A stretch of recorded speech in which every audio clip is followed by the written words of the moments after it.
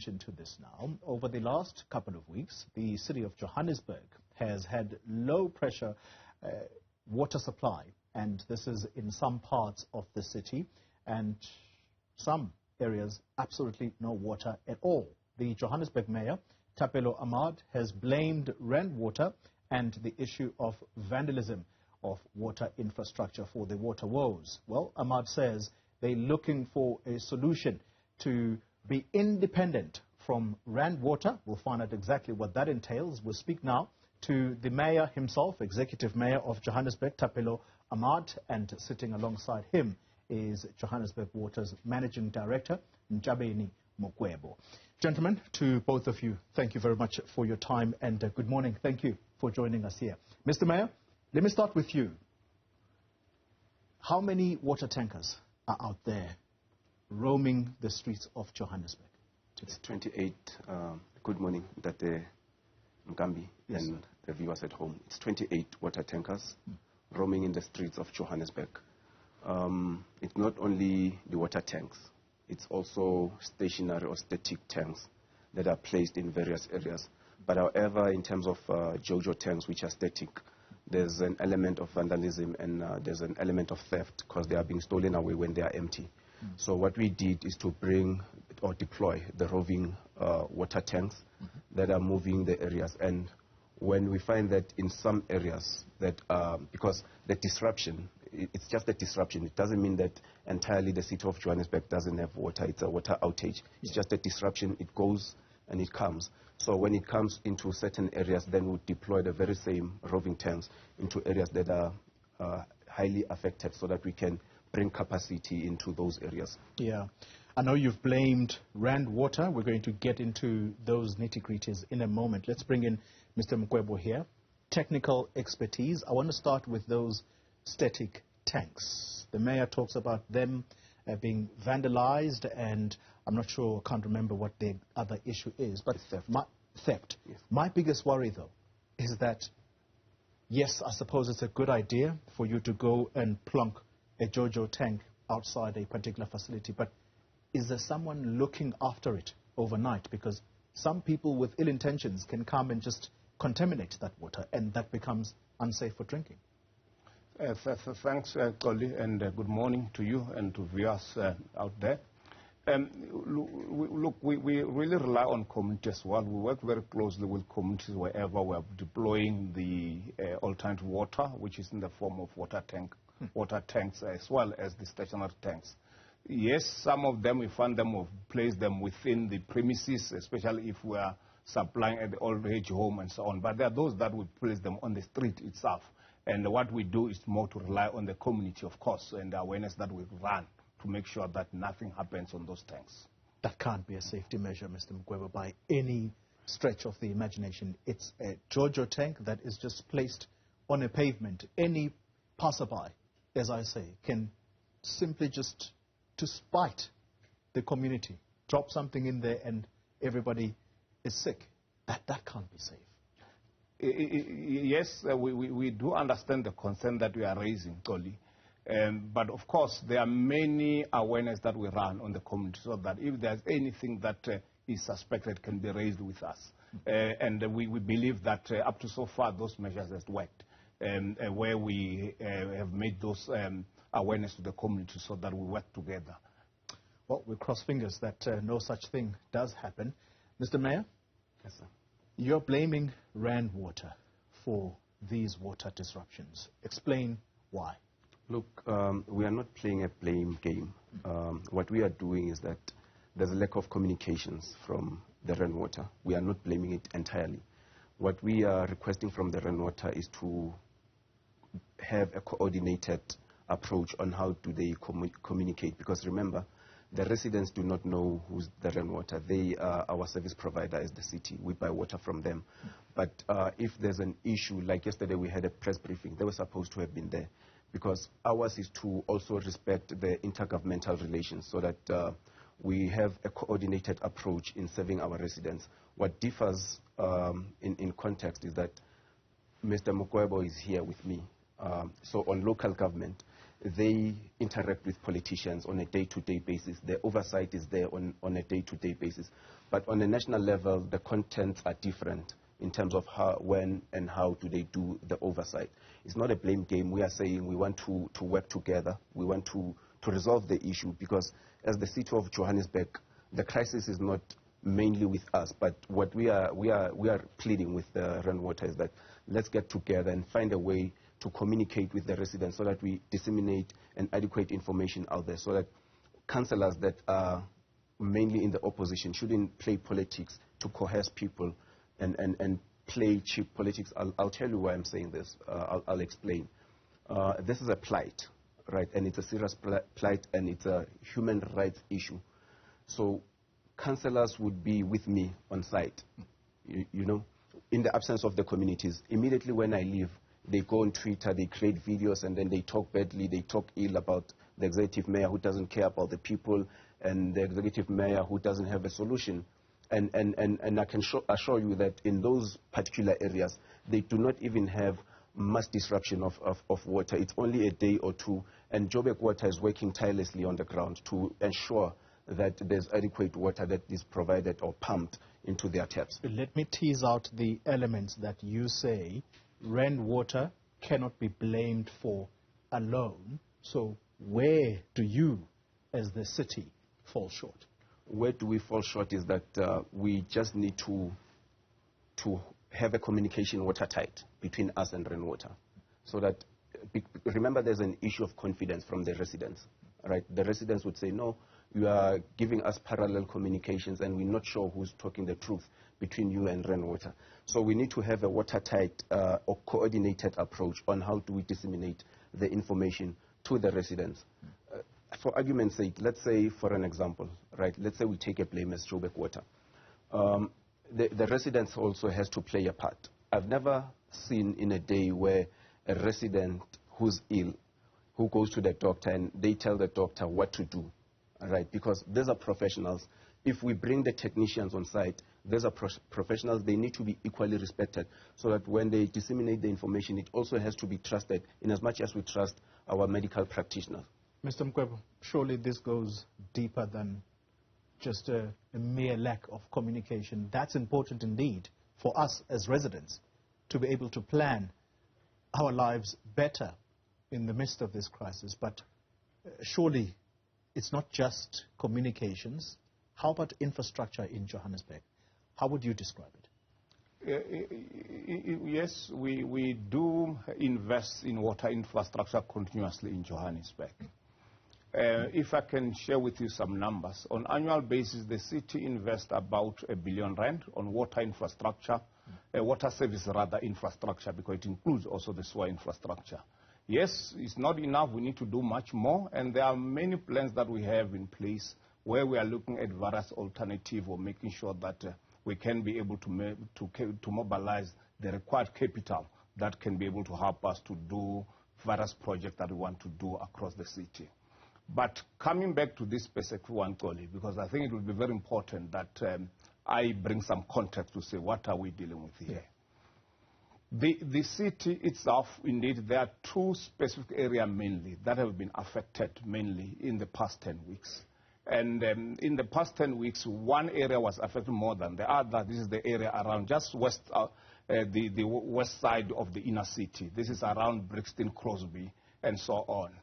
And the other one that was affected is around Crown Gardens in the south of Johannesburg. And if you look at this, and this is the information that we were sharing yesterday in our media briefing, that if you look at the root cause of this interruption that has happened, mainly is the frequent power failure that has happened at rainwater plants. And those, because of those frequent power failure that has happened, of course, plus the two vandalism that happened, the last one which happened on Tuesday. Those are the issues that made the entire system, not only our system, also from our back supply rainwater, finding itself in terms of the reservoir at low level to empty some of the reservoirs, simply because they could not pump the required volume continuously. And if you don't pump your required volume continuously, your reservoir levels drops. And once it drops, then you find that you can't be able to supply water, especially in high-lying area. Yeah. So that's what exactly happened around this particular issue. So in the main, if we factor everything, Yes. people of Johannesburg can safely blame Rand Water's pumping system, which is then affected by, I suppose, power supply, and that's why they have not been receiving water. Is that the long and short of it? It's two things, the long and short of it. Two, one, the frequent power failures happen in the main in Ntshavheni, where they've got their plants. Secondly, is the two vandalism that has happened. One happened on Tuesday in Midval, and another one happened about 2 weeks back in Ekurhuleni. You know, those are the main issues that affected the water supply in the area, in these two parts of area of Johannesburg. Have they told you, as Joburg Water, how they are planning to circumvent or at least deal with the power supply issue? Because that seems to be standing out based on this conversation that we're having. Indeed. They have shared with us the work that they're doing behind the scene. As you may be aware, that the power supply, of course, they rely on other entities that helps them with power, including the local authority from Ntshavheni. So there are various engagements that's happening between Rand Water and Ntshavheni around the issue of the power supply at their plant. Yeah. And we are expecting to be really getting feedback from them shortly around what the two entities are going to finalize in terms of making sure that the power supply is stable to their plant. Mr. Mayor, yesterday you spoke about a permanent solution to this crisis, and that's bringing in independent power producers. That's not something we're hearing for the first time. The previous mayor before you would have started that initiative. Where are you with those plans? Look, in the main commando system in our facility, we've spoken to the city power not to do the load shedding in that system. So it is effective in that commando system where day in, day out, whenever there's a load shedding in the surrounding area, city power is able to stabilize the water supply in that area. So we need to also look at what other capacities and other alternative energies that we can bring in place. Let me just come in quickly. When you say you have spoken to The city power correct, to stabilize, what does that mean? Does that mean that you've said to them, exempt that commando system from load shedding? Is that in essence it's an exemption because the hospitals and that are around the area, they also dependent into that commando system. So we had to bypass the process and say there's an exemption here. Let us supply the hospitals because we can't allow the hospitals to go a day without water. Yeah, it would be detrimental to the health of the people who are in those hospitals. But what about city power, their communications with Eskom, who is the main culprit behind load shedding? Are they in sync about that messaging, that this area ought to be exempted? They are in sync to a certain degree. Remember, we are talking about the livelihood of people. We understand that water is also part of that livelihood and human rights, but we are pleading with the community to sacrifice for a certain period of time until we get all the processes in place so that we can ensure that this situation is rescued permanently. Yeah. Mr. Mukwevho, on a scale of 1 to 10, I want to go back to the issue of infrastructure. It's no secret that water infrastructure is neglected in this country. I'm not just talking about Johannesburg alone. What is the real state of water infrastructure in Johannesburg? On a scale of 1 to 10, where would you put it? Maybe let me answer this way, Collie. Indeed, the water infrastructure in Johannesburg needs attention. There's no doubt about it.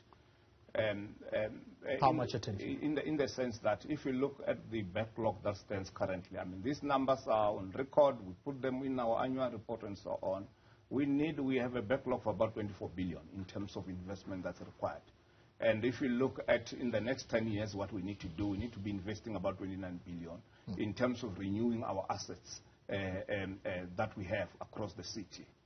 And so hence I say, indeed, it needs attention, and there are plans that we're working to make sure that we do increase the investment in the water infrastructure within the city. A few weeks ago, I had a conversation with the DG at Water and Sanitation, and we were talking water specifically. He seemed to, I'm not going to use the word blame, but you could tell from his voice that, of course, he's going to shield a sphere of government, a fellow sphere of government, but municipalities are to blame for what we residents are experiencing when it comes to water infrastructure. What is it that you are doing or that you are not doing but you're supposed to be doing? Let's put aside the issue of money. I hear you, 24 billion rand backlog that you say you need in order for you to properly service water infrastructure. But what other elements are you falling short? I won't say there are other elements that we are falling short, because if we, as an entity or as a city, if we look at in terms of skills, we have skills in the organization, we have the necessary engineers and other type of skills that are required really to make sure that we provide this service that is required by the community. The main issue, as things stand, around the water supply in the city, but not necessarily referring to the current incident, of course looking at the long term, is the issue of how do we increase the investment in water infrastructure. That's the main thing.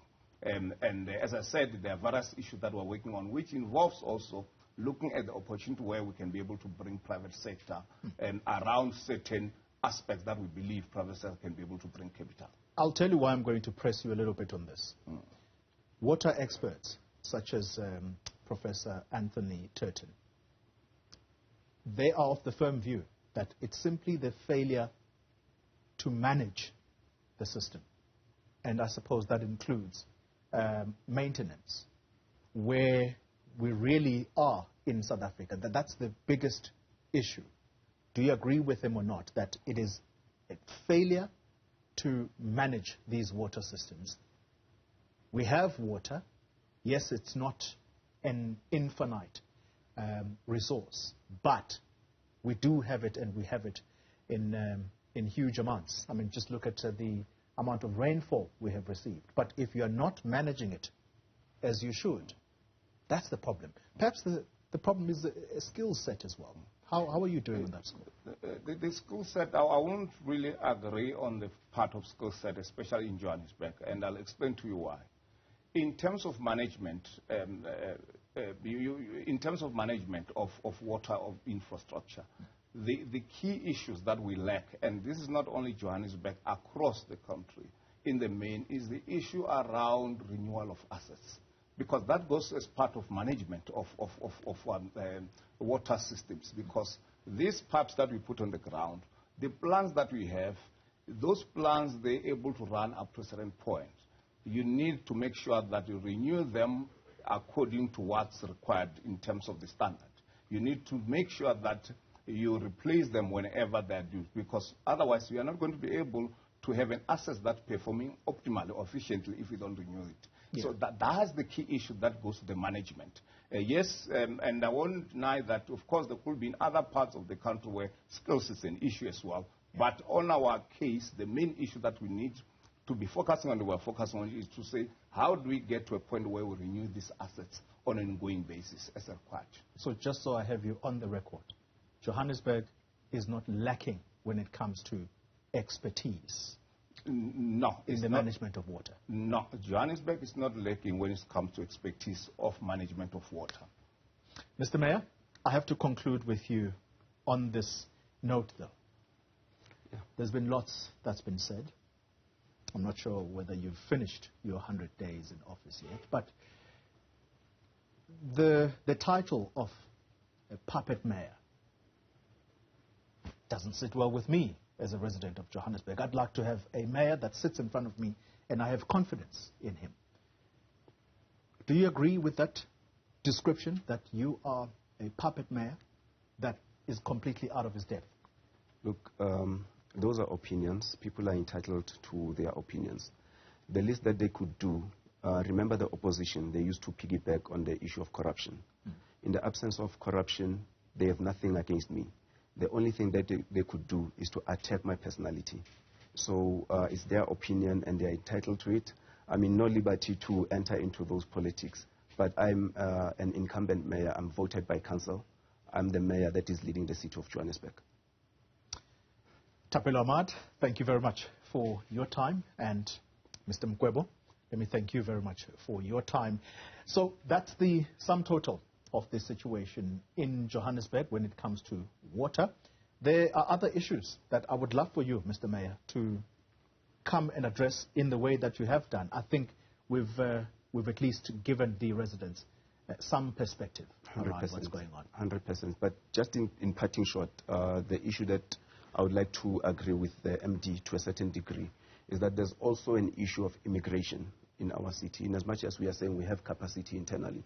So the amount of immigration that is coming to the city is also creating a burden into the current existing infrastructure. Yeah. The issue of encroachment on people are building on the servitude, people are building on the pipes, on top of the pipes. They do not comply with building laws or building regulations. So those are the issues that we also need to educate our residents to say we need to do away with this, and we need to also control the immigration space.